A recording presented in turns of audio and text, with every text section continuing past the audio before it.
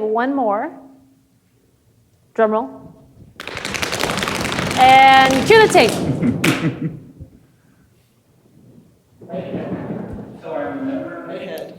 So I remember, I believe it was 2009 when the first iPhone was released. I waited in line, bought my first iPhone, and on the way out of the store, the entire ensemble of all their employees cheered as we left the store. And it was an amazing feeling. When I became principal at the School of the Madeline, there was a real diverse use of technology. There was a lot of silos, and there was a lot of uncertainty as to whether or not technology was really of any value. And so I knew I wanted to bring in mobile technology and the use of iPads, but I needed to do that with the teachers, because it wasn't going to happen without them. So I asked my teachers who wanted an iPad. And of course, I do. And I said, well, if you want one, you got to write me an essay. It doesn't have to be long, just write me an essay that says why you want it and how you might use it. So all but 3 of my teachers wrote an essay. So on March 11th, Apple was releasing that year their iPad 2. And so I held Apple Day at the Madeline. And I asked my student council to all get together. And what they were going to do is they were going to call each teacher by name. The whole school would cheer. Each teacher was handed an iPad, a $100 gift card, and a cover. And the student council president said, please learn how to use this so that next year we'll be able to use it as a school. 3 or 4 days later, the 3 teachers who didn't get an iPad came to me and asked, could we get an iPad too? And I said, all you have to do is write the essay. They had it for 3 months, no pressure. I gave them the opportunity to set up an account. 3 months later, at the end of school, I hosted Apple Training Day. 2 days of them learning how to use the iPad, understanding how apps might be integrated into the classroom, and then I gave them each an iPad 2, and sent them home for the summer. In the fall, we brought the iPads into our students, into a culture where the teachers were pretty confident about using it. Let's fast forward now, okay? It's 4 years later. I get my Brightbytes data, and it says that 100% of my teachers believe that technology will enhance learning. I want to sit with my staff now and say, you believe this? So we can now change what is happening in the classroom for our teachers if we integrate technology in a meaningful way. So let's figure out how we're going to do that, in teams, in clusters, by subject matter, however you want to, but let's come up with a plan.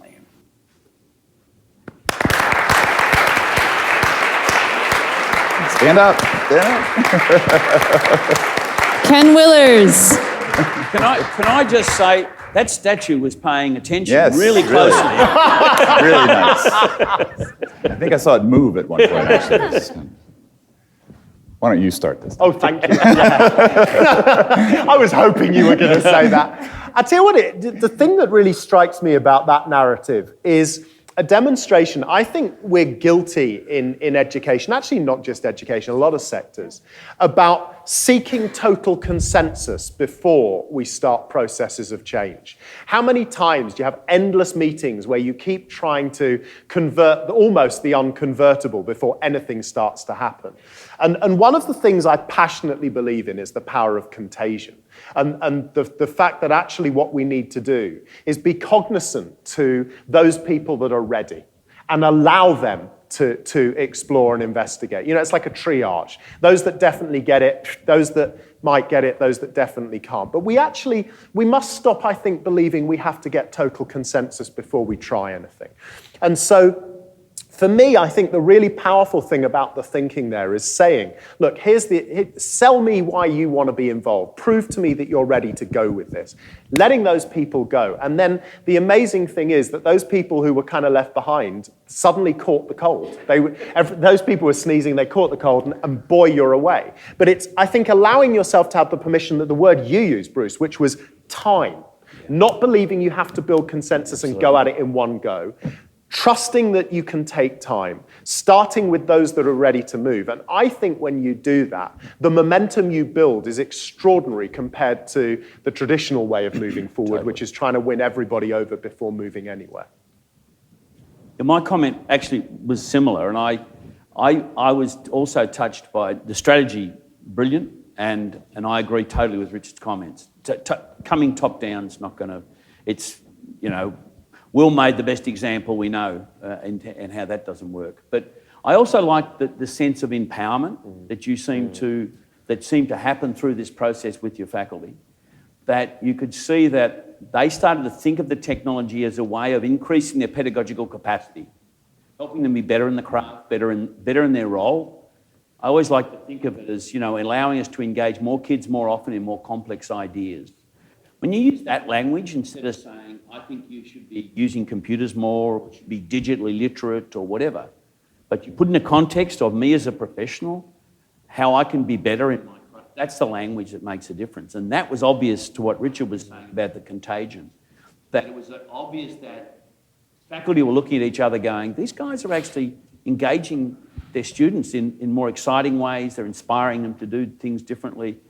And that, to me, is the way you sustain and genuinely scale innovation in the way that you have. Yeah. So that was really cool.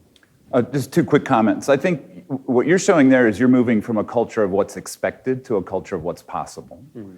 And I think that's crucial. I think too often, and especially when we're talking about technology, I think too often when we give technology or when teachers get technology in hands, they're looking at that technology as a way to get better at what they're expected to do. They don't see it as a device to expand or amplify the possibilities of learning in the classroom. And that's a culture shift. And a lot of what we're talking about here, whether it's in Medellin or whether it's in Australia or wherever else, it's about the culture that you build that empowers, supports, but gives teachers a sense of what's possible. And the other quick comment that I love about that story is that you had the student council basically be a part of that process and say, we need you to figure this out. We need you to be a part of what our culture is when it comes to learning with technology. And that's a powerful thing to do. That's a powerful way to request teachers to move their own practice and their own learning in a way that benefits kids. So good on you for that. Well done.